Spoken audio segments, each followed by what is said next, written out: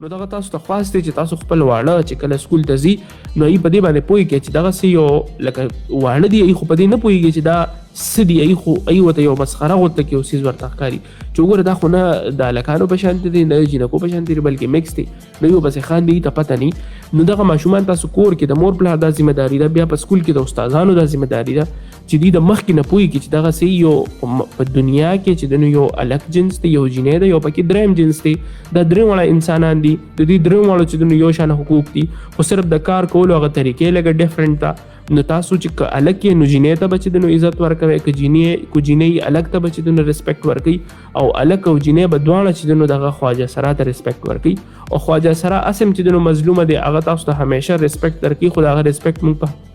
هغه معنو کې نه الو کوم چې موږ د یو الک ریسپیکټ یو جینۍ اخلي او یو جینۍ ریسپیکټ چې د هغه الک په هغه معنو کې اخلي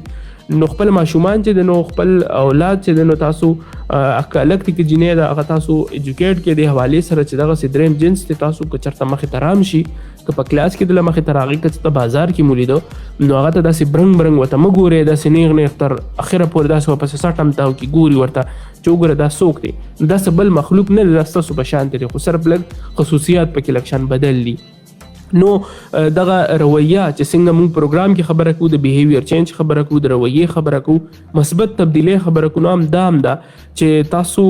په معاشره کې دغه خلکو ته خپل رویه چې تاسو دغه دا نو بدله کې دې ته ریسپیکټ ورکړئ دې ته عزت ورکړئ دې ریسپیکټ ډیزرو کوي دې عزت چې د هغه ډیزرو